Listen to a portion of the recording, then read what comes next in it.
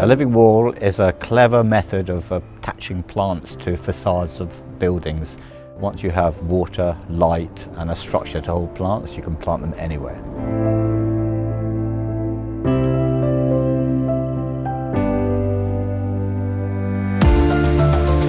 Here's a great example of one of our living walls. It's easy to maintain, it's irrigated using a self-watering system. It requires a maintenance visit of once a month. It brings interest and biodiversity to a relatively tight area where you're limited space for horizontal planting. The living wall took 4 days to install. We had 2 days of installing the fabric in which we put the plants and the irrigation system, and 2 days of planting.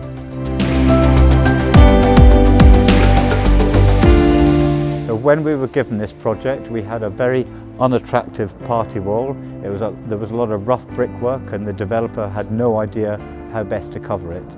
He didn't want to use cladding because it was too hard a material. He wanted to bring green into a small environment, and the developer has told me it's added immense value to the property and made the development much easier to sell.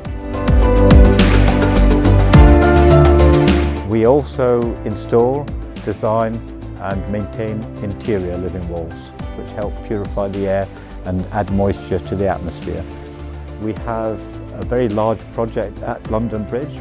Although this is a relatively small living wall, it shows that we can be light on our feet. We can cover the smaller projects as well as the very large municipal projects.